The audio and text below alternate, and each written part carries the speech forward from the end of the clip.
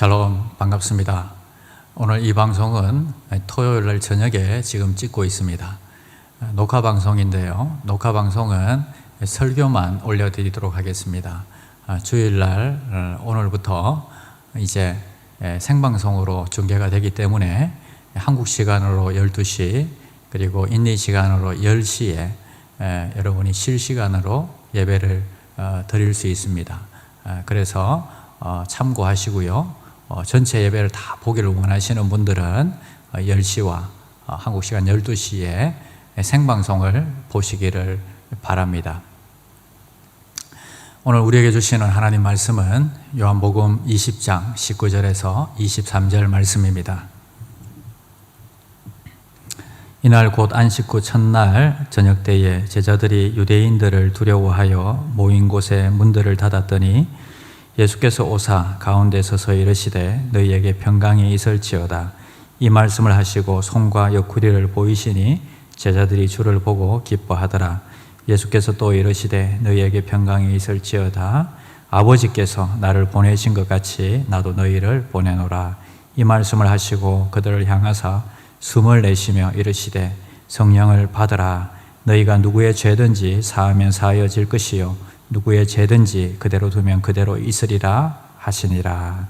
아멘. 오늘은 평강과 사명을 주시다라는 제목으로 함께 하나님의 말씀 나누겠습니다. 지금 제자들의 모습은요, 우리가 이 성경을 읽으면서 느껴지는 것이 극도로 혼란한 가운데 있다는 것입니다. 예수님이 왕이 될 것이라고 생각하며 따랐는데 갑자기 잡히셔서 십자가의 죽음을 당하시고, 또 주일에 여자들이 예수님의 무덤에 갔는데 예수님의 시체는 없고 천사를 만났다고 하면서 부활하셨다는 소식을 전해 들었습니다. 제자들이 가보니까 정말 시체가 없어졌습니다.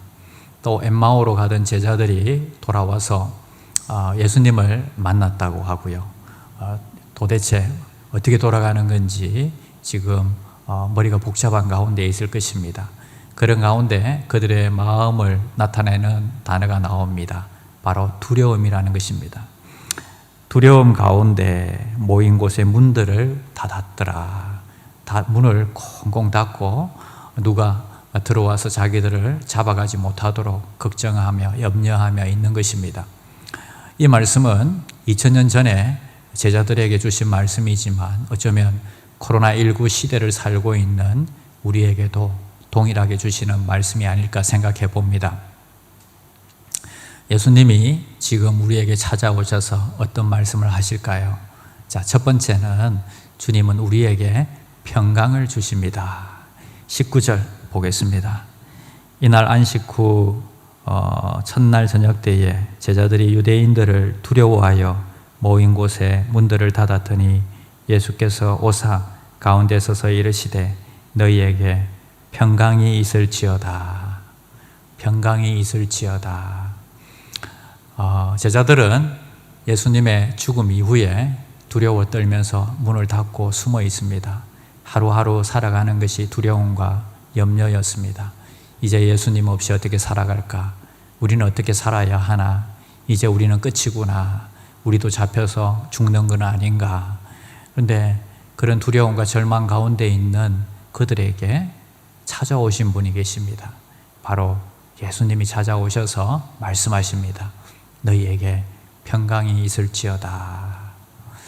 저는 코로나의 시국 가운데 오늘 우리도 이 똑같은 마음이 아닐까 생각이 듭니다.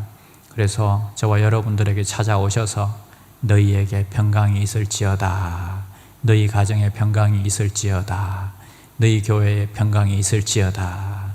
주님이 말씀하시는 이 말씀이 우리의 영혼에 들려지기를 축원합니다. 우리가 일생을 살아가는 동안에 우리의 마음이 이렇게 두려워하고 흔들린 적이 있을까요? 어떻게 하면 정말 문제가 없이 건강하게 살 수 있을까? 고민한 적이 있을까요? 여러분, 우리의 마음에 평화를 잃어버리고 평강을 잃어버린다는 것은 정말 두려운 일입니다. 우리가 일생을 살아가는 동안에 우리의 마음에 평화를 유지할 수 있다는 것만 해도 그거보다 더 큰 기쁨과 축복이 없을 것입니다. 이 세상의 모든 것을 다 가졌다고 할지라도 여러분 마음의 평화가 없다면 무슨 소용이 있겠습니까? 사랑하는 여러분, 사람들은 마음의 평화를 얻기 위해서 음악을 듣기도 하고요, 독서도 하고요, 좋은 휴양지 제주도나 발리에 가서 쉬기도 합니다. 그러나 그건 잠시 잠깐의 평화를 줄 수 있을지 몰라도 영원한 평화, 정말 주님이 주시는 참 평화가 아니고서는요, 그들의 마음이 정말 평안을 느낄 수 없다는 것입니다. 자, 여러분, 예수 그리스도만이 우리에게 참 평화를 주시는 분이라는 것을 확실히 깨닫고 믿는 귀한 종들이 되시기를 바랍니다. 요한복음 14장에도 보면 제가 읽어드리겠습니다. 27절, 평안을 너희에게 끼치노니 곧 나의 평안을 너희에게 주노라. 내가 너희에게 주는 것은 세상이 주는 것과 같지 아니하니라. 너희는 마음에 근심하지도 말고 두려워하지도 말라. 자, 여러분, 세상이 줄 수 없는 평안, 그거 내가 주겠다. 세상이 주는 것과는 같지 않다. 근심하지도 말고 두려워하지도 말라. 왜냐? 내가 주는 평안이 너희를 붙잡고 있다 하는 것입니다. 어느 누구도 빼앗을 수 없는 그 평강, 그 평화를 주님께서 우리에게 주십니다. 자, 어떻게 하면 우리가 이 평강을 받을 수 있을까요? 그것은 우리의 마음속에 예수님을 영접하고 모신 자만이 하나님이 주시는 이 평안이 있습니다. 그리고 마음속에 정말 주님을 의지하고 살아가는 자들만이 이 염려와 근심이 다, 걱정이 다 사라지고 그 모든 고통 가운데 자유하며 주님이 주시는 은혜가 있다는 것입니다. 그래서 여러분, 우리는 더 예배하고요, 더 기도하고 주님을 사모하면서 주님께 나가야 되는 것입니다. 그때 참된 평안이 우리 가운데 임하는 것입니다. 자, 두 번째는 주님은 말씀하십니다. 나도 너희를 보내노라. 우리에게 사명을 주십니다. 새로운 사명을 주십니다. 21절, 예수께서 또 이르시되 너희에게 평강이 있을지어다. 아버지께서 나를 보내신 것 같이 나도 너희를 보내노라. 여러분, 지금 제자들은요, 두려워서 문을 잠그고 밖에 안 나가려고 지금 숨어 있는 가운데 그들에게 찾아오셔서 주님께서 말씀하시는 것이, 자, 너희가 이제 사명을 주니까 나가서 복음을 전해라 하는 것입니다. 숨어 있지 마라. 세상을 향해 나가라 하는 것입니다. 마찬가지입니다. 오늘을 사는 우리에게도 주님께서 말씀하십니다. 너희에게 먼저 은혜를 주겠다. 너희에게 먼저 평안을 주겠다. 죄와 절망으로 가득 찬 세상으로 나가서 저들에게 소망이 있다는 것을 전해 주어라 하는 것입니다. 희망이 있다는 것을 전해 주어라. 죽음 이후에 영원한 삶이 있다는 것을 전해 주어라 말씀하십니다. 전문가들은요, 지금 이 코로나 때문에요, 코로나 이후에 아마 올해 연말까지 8,000개에서 10,000개에 가까운 교회가 사라질 것이라고 지금 진단을 하고 있습니다. 이미 교회의 기능을 상실한 교회들이 허다하다고 합니다. 예배가 안 되고 있고 모임이 안 되고 있는 교회들이 허다합니다. 큰 교회는 큰 교회대로 어렵고요, 작은 교회는 작은 교회대로 다 어려워졌습니다. 그런데 이때 빨리 적응하고 돌파하는 교회들이 나와야 됩니다. 우리 교회가 그런 교회가 되기를 축복합니다. 지금 이 상황이 어렵지요. 철저하게 조심해야 됩니다.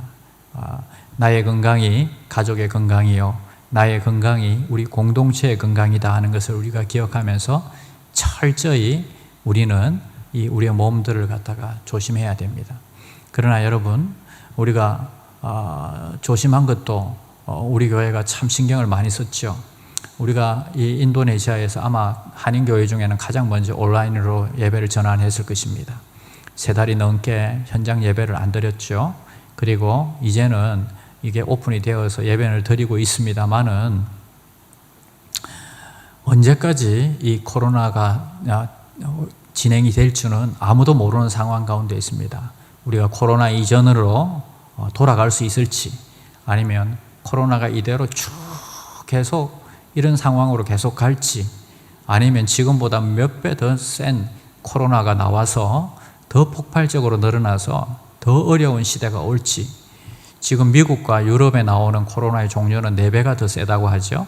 그러나 얼마 전에 나온 북경에서 새로 시작된 코로나는요, 9배가 더 빨리 전파가 된다고 합니다. 앞으로 우리는 어떤 일이 일어날지 아무도 모르는 것입니다. 자, 그러면 여러분, 코로나보다 10배, 20배가 더 센 게 나오면 우리가 교회를 안 하고 예배를 안 드리고 그냥 막 계속 인터넷으로 막 갈 것이냐 하는 것입니다. 더구나 국가에서 교회를 통제하기를 시작했습니다. 국가에서 지금 이 코로나가 잡히지를 않으니까 이 잘못을 갖다가 다 교회에다가 지금 떠넘기고 있는 것입니다. 이제는 밥 먹고 소그룹 하면서 그런 모임들을 가지면 무조건 벌금을 내리겠다. 그리고 예배 외에는 모든 것을 갖다 다 금지한다. 이렇게 지금 법적으로 명령을 내리고 있는 것입니다. 국가가 종교도 이제는 통제하겠다는 것입니다. 이제 예배 외에는 모든 모임은 금지되었다고 합니다.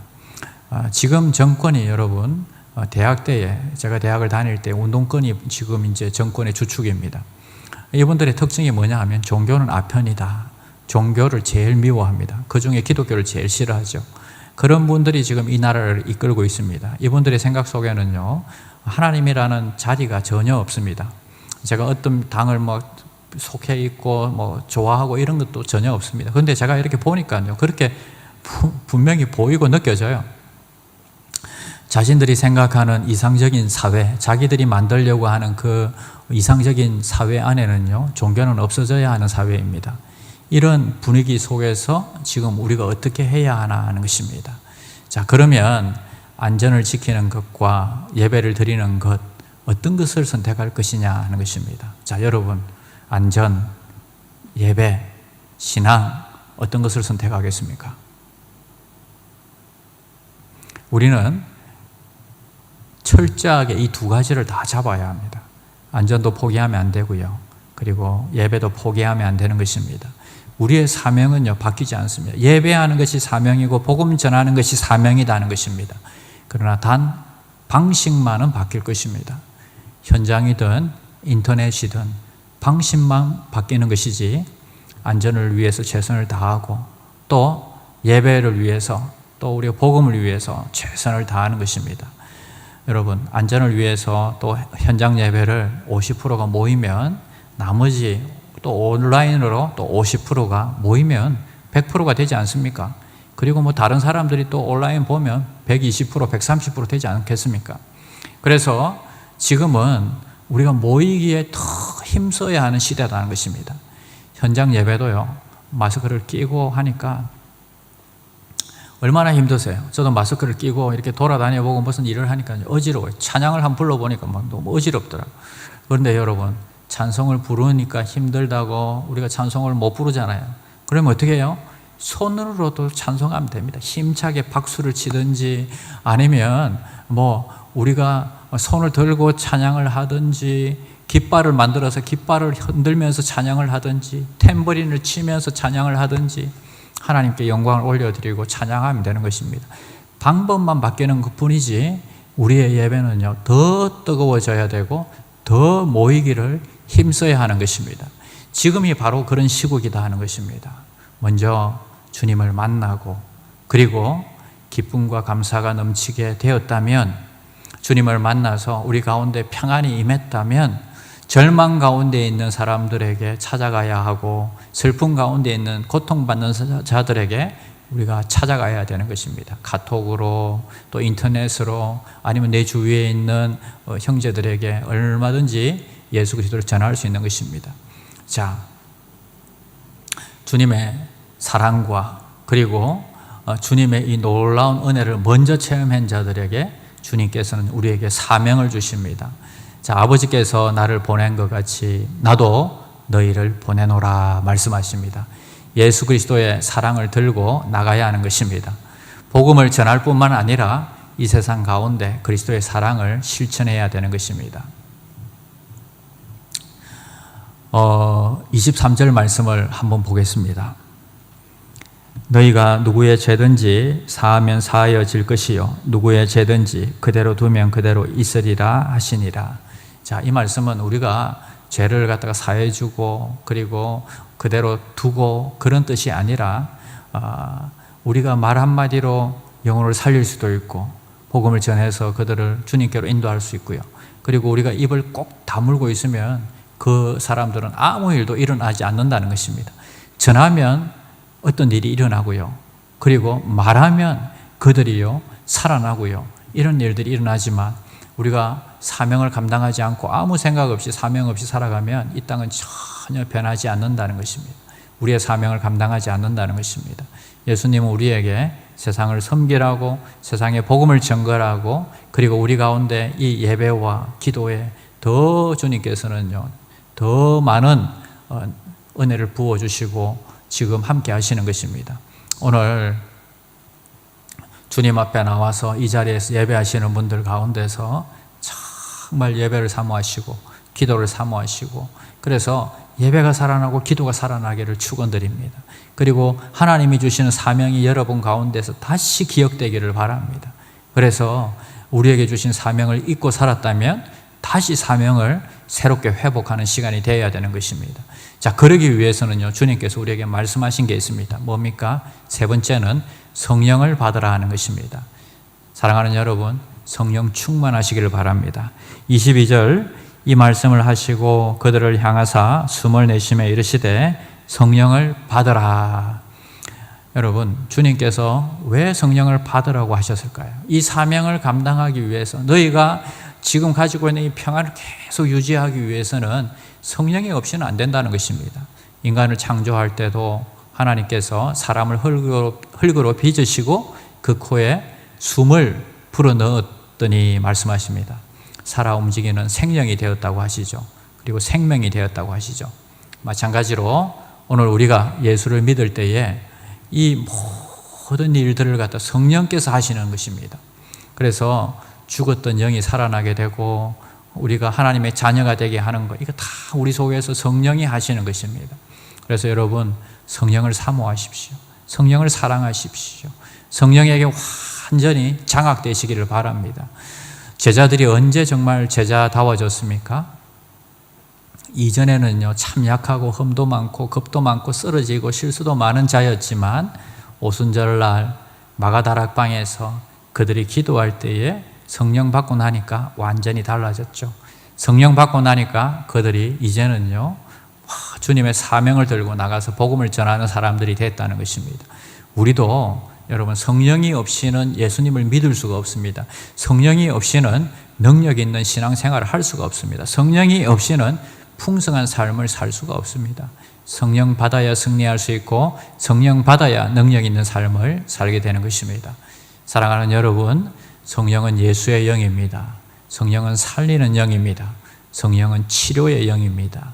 성령 충만해야지 우리에게 주신 사명 감당하고 여러분 속에 있는 모든 두려움들이 떠나가고 예수의 향기를 드러내며 살아갈 수 있는 것입니다. 성령 충만하시기 바랍니다.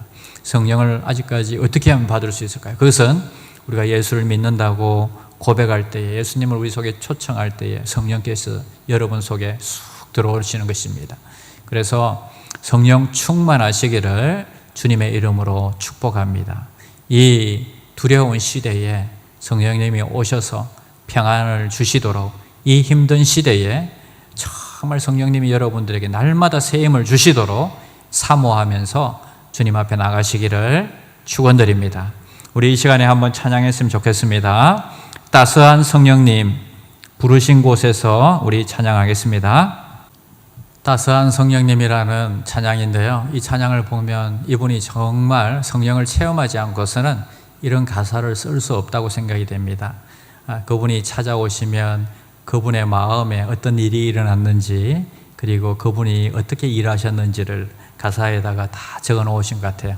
우리 이 찬양을 드리면서 정말 성령님이 우리와 함께 하시기를, 우리 가운데 역사하시기를 사모하며 찬양합시다.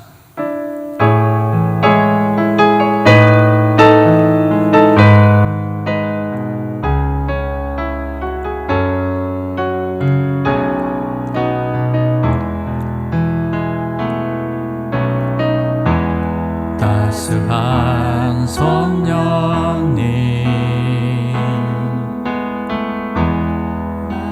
음으로 보내 내 몸을 감싸며 주어지는 평안함 만족함을 느끼네. 사랑과 진리에 한 줄기 빛보내 내 몸을 감싸며 주어지는 평안함 그 사랑을 느끼네. 부르신 곳에서 나는 예배하네. 어떤 상황에도 나는 예배하네. 부르신 곳에서 나는 예배하네. 어떤 상황에도 나는 예배하네. 걸어갈 때 길이 되고 살아갈 때 삶이 되는 그곳에서 예배하네. 내가 걸어갈 때 길이 되고 살아갈 때 삶이 되는 그곳에서 예배하네. 주신 곳에서 나는 예배하네. 어떤 상황에도 나는 예배하네. 부르신 곳에서 나는 예배하네. 어떤 상황에도 나는 예배하네.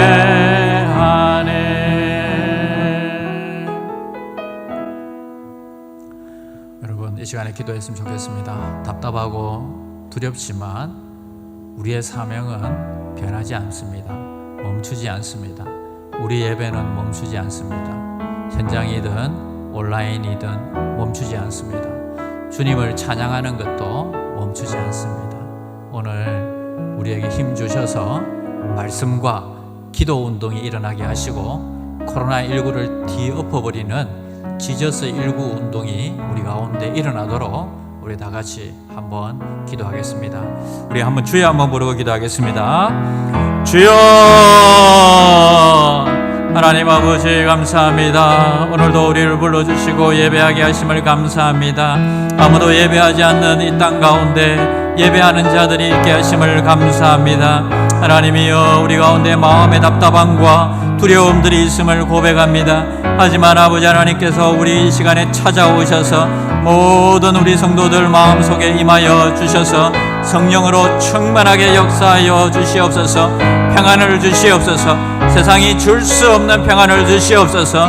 오늘도 주님을 구합니다. 주님을 의지합니다. 쓰러질 수밖에 없고 아버지 넘어질 수밖에 없는 우리를 붙잡아 주시옵소서. 우리의 예배가 살아나게 하여 주시옵소서. 우리의 기도가 살아나게 하여 주시옵소서. 우리의 마음에 심령에 뜨거움이 있게 하여 주시옵소서.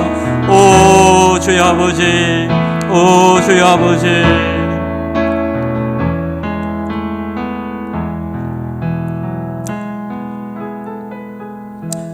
기도하겠습니다. 하나님 감사합니다. 현장이든 온라인이든 우리의 예배가 멈추지 않을 것입니다. 하나님, 우리의 이 믿음과 우리의 신앙이 멈추지 않을 것을 고백합니다. 하나님, 다 마음이 두렵고 떨린 가운데 주님이 찾아오셔서 동일하게 우리에게 말씀해 주십니다. 평안하라, 두려워하지 말라 하십니다. 다시 우리가 살아나게 하여 주시옵소서.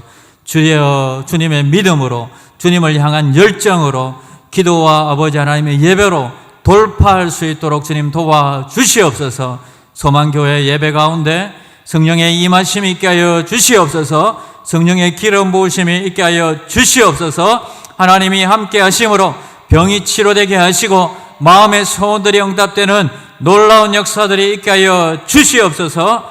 감사를 드리며 예수님의 이름으로 기도드립니다. 아멘. 축복 기도하겠습니다. 주 예수 그리스도의 은혜와 하나님 아버지의 사랑하심과 성령님의 교통하심이 평안 주시고 사명 주시는 주님을 위해서 헌신하는 소망교회 성도들의 머리 위에 걸음마다 가정마다 직장마다 사업터마다 영원히 함께 있을지어다. 아멘.